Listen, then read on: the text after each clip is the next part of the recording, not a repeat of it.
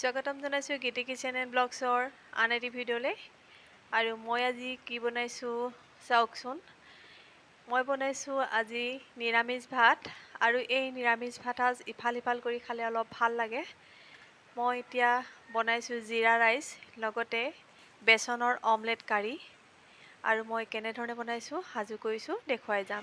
এতিয়া মই মিশ্ৰণটো বনাই ল'ব লাগিব মছলাৰ। আৰু ইয়াতে মই এটা জাৰত বাদাম তিয়াই থৈ বাকলি গুচাই লৈছোঁ, আৰু কেইফুটামান নহৰু লৈছোঁ, আদা,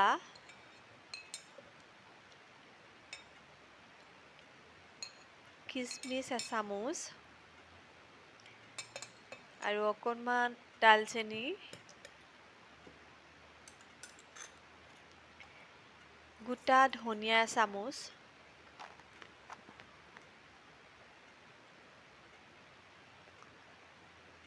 জিৰা আধা চামুচ, চফ আধা চামুচ,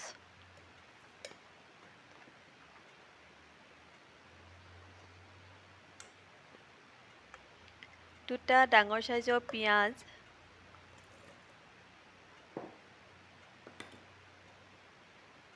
তিনিটা শুকান জলকীয়া,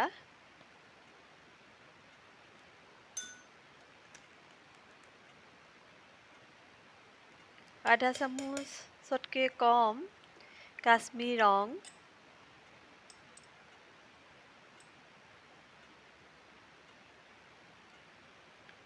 অকণমান মিট মছলা,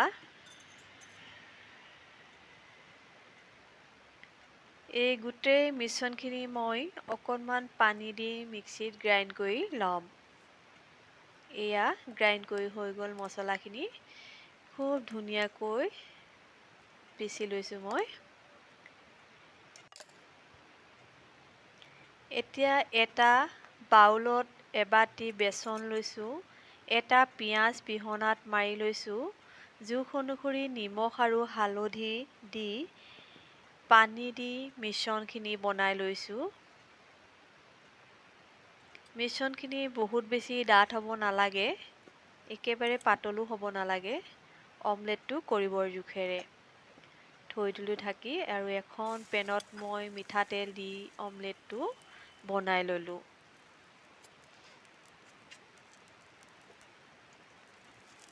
মিলুটি সিজাৰ পাছত এতিয়া সম্পূৰ্ণ কণী অমলেট বনোৱা দি বনাই লৈছোঁ। এয়া ধুনীয়াকৈ সিজি গৈছে অমলেটটো।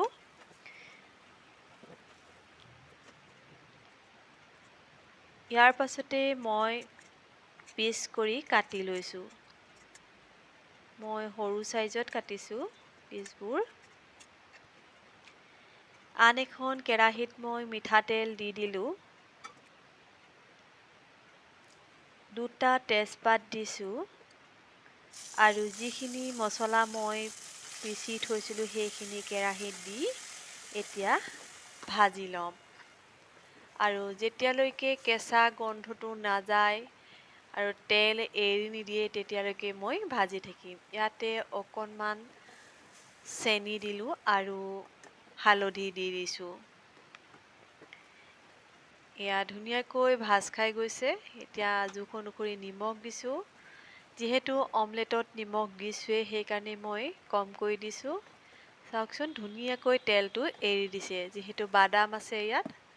আৰু এতিয়া মই অকণমান পানী দি দিছোঁ। এয়া একাপমান জোখৰ পানী দি দিলোঁ মই। এতিয়া খুব ধুনীয়াকৈ গোটেই বস্তুখিনি সিজি গ'ল, আৰু তাৰ লগে লগে মই বেচনখিনি দি দিলোঁ। আন এটা কেৰাহীত মই ৰিফাইন দি লৈছোঁ, আৰু তাতে মই নৰসিংহ পাত কেইটামান দিলোঁ, কেইটামান জিৰা, আৰু মিশ্ৰণখিনি যে মই কৰি থৈছিলোঁ, অলপ থৈ দিছিলোঁ মছলাৰ মিশ্ৰণ, তাতে চেনি, নিমখ আৰু কেইটামান চফগুটি দি 2 কাপ চাউল দি দিছোঁ। যিহেতু নিৰামিষ ভাত খাই আমনি লাগিব, গতিকেলৈ মাছ মাংসলৈ মনত নপৰিবলৈ ভাতখিনি মই এই ধৰণে ফ্ৰাই কৰি লৈছোঁ চাউলবোৰ। এতিয়া পানী দি দিছোঁ। এয়া এটা চিটি অহাৰ পিছত মোৰ জিৰা ৰাইচখিনি তৈয়াৰ হৈ গ'ল। কেনেকুৱা দেখিছে বাৰু? একেবাৰে সাধাৰণভাৱে মই ৰান্ধিছোঁ। এয়া খুব ধুনীয়া হৈছে। খাবলৈও সঁচাকৈ বহুতেই ভাল হয়। আৰু আনফালে মোৰ কাৰীখনো হৈ গ'ল। বেচন কাৰী, অমলেট কাৰী এয়া ৰেডি হৈ গ'ল। যদি ভিডিঅ'টো চাই ভাল লাগিলে লাইক কৰিব, শ্বেয়াৰ কৰিব, ছাবস্ক্ৰাইব কৰি ল'ব মোৰ চেনেলটো আৰু কাষত থকা বেল আইকনটো দবাই দিবলৈ নাপাহৰিব। এয়া এই ধৰণে বনাই খাই চাবচোন কেতিয়াবা সময় পালে।